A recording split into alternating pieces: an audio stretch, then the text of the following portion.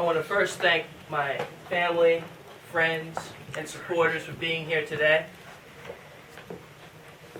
This is a very important day for me, for my family, for our state, and our country. I'm running for Congress because Washington is broken. The people of the 2nd District of New Hampshire sent Representative Ann Custer to Washington to do one thing: to provide solutions, to fulfill her campaign promises. Instead, Representative Custer went down to Washington and did something else. She supported the Washington party bosses and not the voters of the great state of New Hampshire. I spent 3 terms in this very state house as a state rep.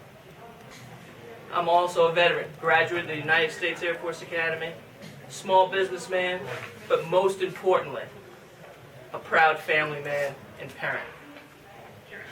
And I can't look my children in the eye and tell them that I stood idly by while our government spent their future prosperity away. The national debt stands now at $19.2 trillion. That's $60,000 for each and every American. That's unacceptable. And the government doesn't stop there. It continues to strangle our small businesses with over-regulation and over-taxation. The small businesses are the engine of our economy. We have the worst foreign policy in decades. We are no safer now than we were 2 years ago.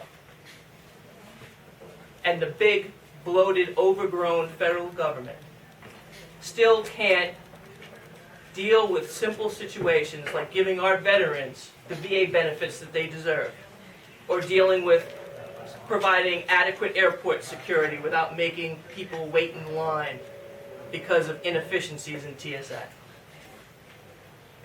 So today is one step towards us returning strong leadership from New Hampshire to Washington.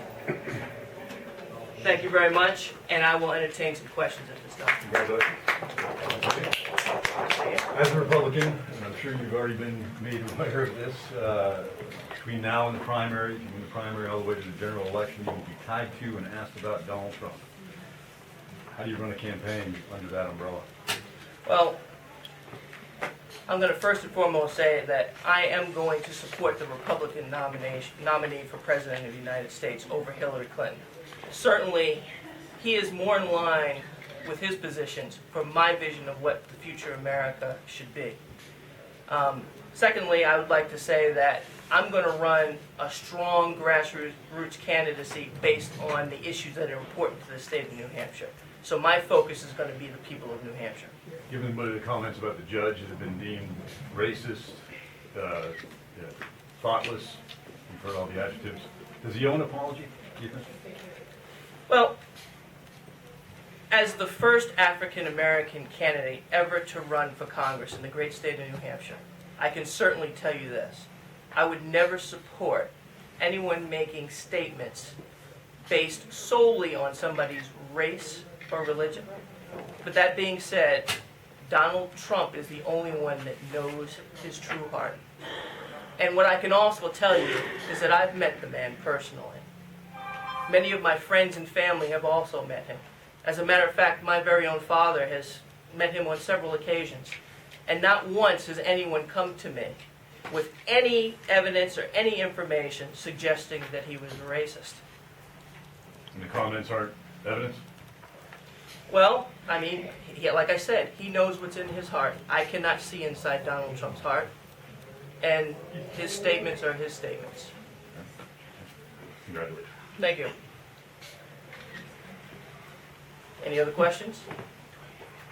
Jim, both Congressman Ginta and Congresswoman Custer have been working together on the opioid crisis. If you're down in D.C., what can you bring to that discussion? Well, first and foremost, we all recognize that the opioid crisis is one of the biggest challenges that face us here today. Unfortunately, we also know that that is a fight where the front line needs to be fought locally. So it's right for Washington, D.C. to support the state and local officials in New Hampshire and the communities of New Hampshire in that fight. and do everything possible. And I would continue efforts to do that, but I also recognize that this is something that needs to be conducted in the families, in the communities, in the municipalities, towns, and in the state of New Hampshire, first and foremost. So does that mean less government from DC coming up here and more local funds, or how? I don't quite understand. Well, like I said, federal government in Washington, D.C. can assist, but the heavy lifting has to go on right here. So if I'm elected to Congress, I will continue to support those efforts. But I recognize that the local authorities need to take the lead in terms of solving this problem. Jim, you're in a primary, and I wonder what sets you apart from, say, Jack Flanagan, who's probably the most prominent opponent in this race. Well, we could start off with the credentials. I mean, I just said I was a pre-term state rep, Air Force veteran, graduate of the United States Air Force Academy. By the way, I'm the only veteran that is currently running for higher office in this state in this election that is signed up. Small business owner. That background puts me in a unique position to be able to be more effective in Washington.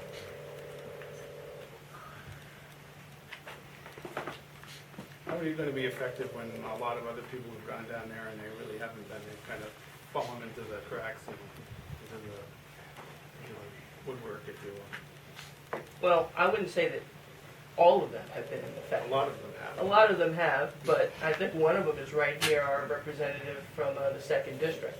I mean, if you look at her record, she's been down there for 2 terms now, and her accomplishments are not lengthy. As a matter of fact, I can't name one.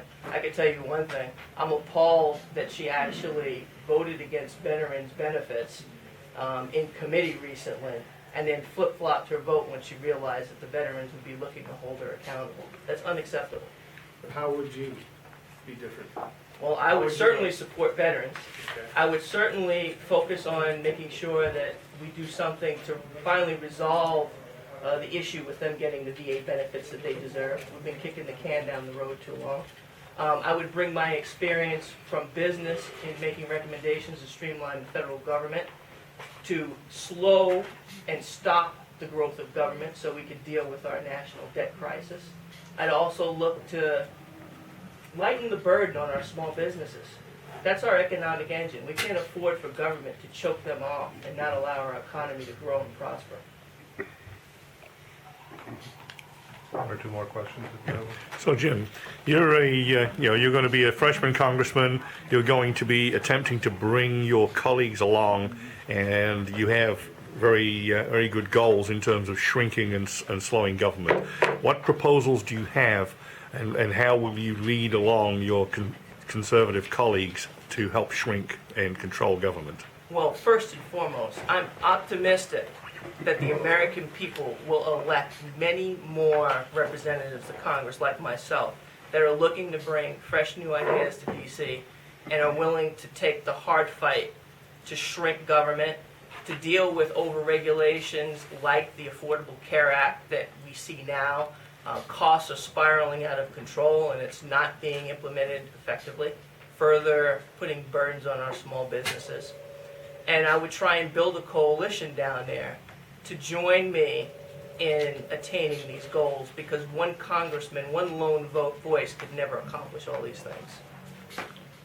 Thank you. All right, thanks, everyone. Thank you.